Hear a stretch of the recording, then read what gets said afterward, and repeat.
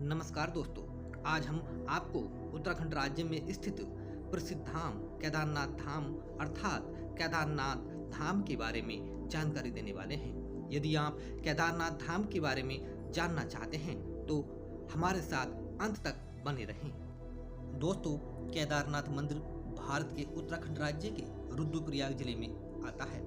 उत्तराखंड में हिमालय पर्वत की गोद में केदारनाथ मंदिर 12 ज्योतिर्लिंग में सम्मिलित होने के साथ 4 धाम और 5 केदार में से भी एक है।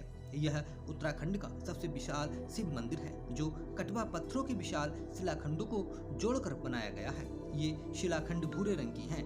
मंदिर लगभग 6 फुट ऊंचे चबूतरे पर बना है। इसका गर्भगृह प्राचीन है जिसे 80वीं शताब्दी के लगभग का माना जाता है। दोस्तों, केदारनाथ धाम और मंदिर 3 तरफ पहाड़ों से घिरा है। एक तरफ है करीब 22,000 फुट ऊंचा केदारनाथ, दूसरी तरफ है 21,600 फुट ऊंचा खर्च कुंड और तीसरी तरफ है 22,700 फुट ऊंचा भरत कुंड। केदारनाथ मंदिर न सिर्फ 3 पहाड़ बल्कि 5 नदियों का संगम भी है। यहाँ मंदाकिनी, मधुगंगा, क्षीरगंगा, सरस्वती और स्वर्णगौरी। दोस्तों, इसकी स्थापना के बारे में कहा जाता है कि हिमालय के केदार श्रृंग पर भगवान विष्णु के अवतार नर और नारायण ऋषि तपस्या करते थे।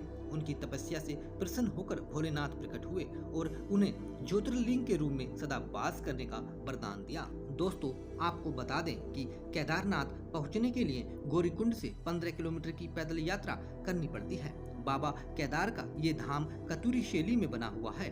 इसके निर्माण में भूरे रंग के बड़े पत्थरों का प्रयोग बहुतायत में किया गया है।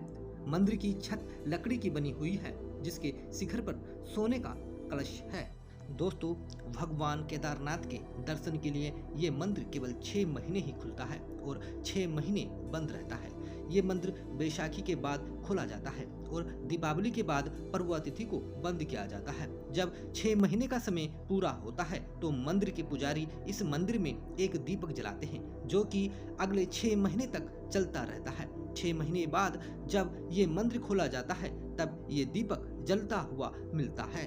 दोस्तों, ऐसी मान्यता है कि द्वापर काल में जब पांडवों ने महाभारत का युद्ध जीत लिया था तब उन्हें इस बात की गिलानी हो रही थी कि उन्होंने अपने भाइयों सगे संबंधियों का वध किया है। उन्होंने बहुत पाप किया है, इसे लेकर वो बहुत दुखी रहा करते थे। इन पापों से मुक्ति के लिए पांडवों ने भगवान शिव के दर्शन के लिए काशी पहुंचे। लेकिन इस बात का पता जब भोलेनाथ को चला तो वो नाराज होकर केदारनाथ चले गए। फिर पांडव भी भोलेनाथ के पीछे पीछे केदारनाथ पहुंच गए। फिर भगवान शिव ने पांडवों से बचने के लिए बैल का रूप धारण कर बैल के झुंड में शामिल हो गए।